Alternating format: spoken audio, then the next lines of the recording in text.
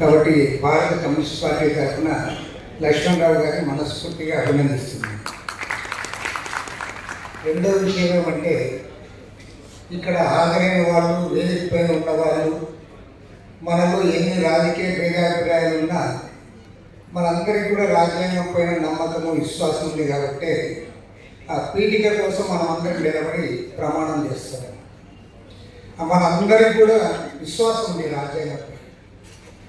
కానీ దురదృష్టం ఏమంటే, ఈ రాజ్యాంగం పైన నమ్మకం లేని వాళ్ళు, ఈ రాజ్యాంగం అంటే పడని వాళ్ళు, రాజ్యాంగం పట్ల ఏమాత్రం విశ్వాసం లేని వాళ్ళు, వాళ్ళ ఢిల్లీలో, కేంద్రంలో అధికారాన్ని చేతబట్టుకొని వాళ్ళు పరిపాలన చేస్తూ ఉన్నారు.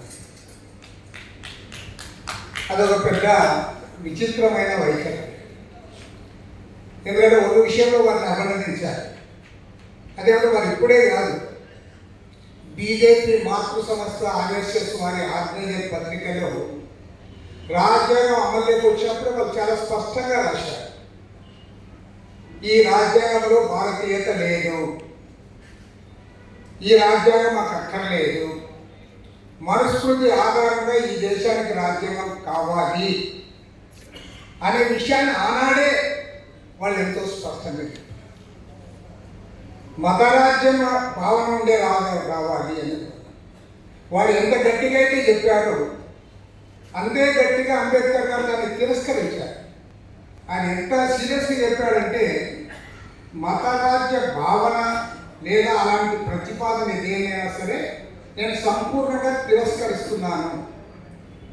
దానికి తోడు మాట చెప్పింది ఏమంటే, డాక్టర్ బిఆర్ అంబేద్కర్ గారు భారతదేశంలో హిందూ రాజ్యాన్ని ఏర్పాటు చేస్తే ఎంతైనా అల్లకల్లోలం జరిగే పరిస్థితులు దాపురిస్తాయని కూడా చాలా స్పష్టంగా చెప్పారు. కాబట్టి మరి ఈనాటికి కాదు డివిజన్, భిన్న వైఖరులు. అంబేద్కర్ గారు ఒక వైఖరి తీసుకున్నారు, వీరు ఇంకొక వైఖరి తీసుకున్నారు. వారు ఆ వైఖరి నుంచి వారేం మారలే. నేను దానికి రెండు ఉదాహరణలు చెప్తా. ఇటీవల జరిగిన 2 పెద్ద ప్రమాదాలు తప్పిపోయినాయి. అదేంటంటే, మాకు మొన్న ఎలక్షన్లో వాళ్ళు చెప్పారు, మాకు 400 సీట్లు ఇవ్వండి, మేము ఈ రాజ్యాంగాన్ని మార్చాలని ఉంది.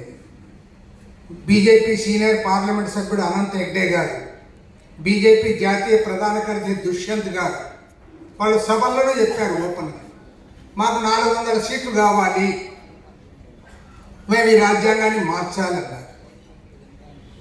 అదృష్టవశాత్తు ప్రజలు దాన్ని తిరస్కరించి 240 సీట్లకు కుదించారు. ఇవాళ తెలుగుదేశం, జేడీయూ లాంటి పార్టీల పైన కేంద్రంలో బీజేపీ ప్రభుత్వం ఆధారపడి ఉంది. కాబట్టి ఇవాళ అంబేద్కర్ రాజ్యాంగం ఈ దేశంలో ఇప్పటికి కూడా కొనసాగుతూ ఉంది. లేకపోతే వాళ్ళు ఖచ్చితంగా మార్చింది. వాళ్ళు కోరినట్లుగా 400 స్థానాలు మన ఎలక్షన్లు వాళ్ళు గెలిచి ఉంటే ఇవాళ ఏ రాజ్యాంగం గురించి అయితే మనం చర్చించుకుంటా ఉన్నామో ఈ రాజ్యాంగం ఉండేది కాదు. అదేవిధంగా బీజేపీ సీనియర్ పార్లమెంట్ సభ్యులు, మాజీ పార్లమెంట్ సభ్యులు సుబ్రహ్మణ్య స్వామి గారు సుప్రీంకోర్టుకే పోయారు. ఆయన సుప్రీంకోర్టులో కోరింది ఏమంటే, ఈ ప్రియాంబుల్లో సోషలిస్ట్, సెక్యులర్ అనే 2 పదాలు తొలగించాలి, ఆ 2 పదాలు ఉండకూడదు అన్నారు. అదృష్టవశాత్తు సుప్రీంకోర్టు ధర్మాసనము దాన్ని కొట్టివేశారు. అదృష్టవశాత్తు జరిగింది. 2 ప్రమాదాలు తప్పిపోయినాయి. వాళ్ళు కోరినట్లుగా 400 సీట్లు వచ్చుంటే ఈ రాజ్యాంగం ఉండేది కాదు. సుప్రీంకోర్టులో మనకు తెలుసు జడ్జిలు ఎట్లుంటారు.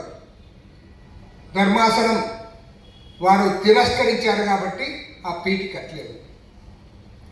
కాబట్టి వాళ్ళ భారత రాజ్యాంగానికి ప్రమాదం పొంచి ఉంది.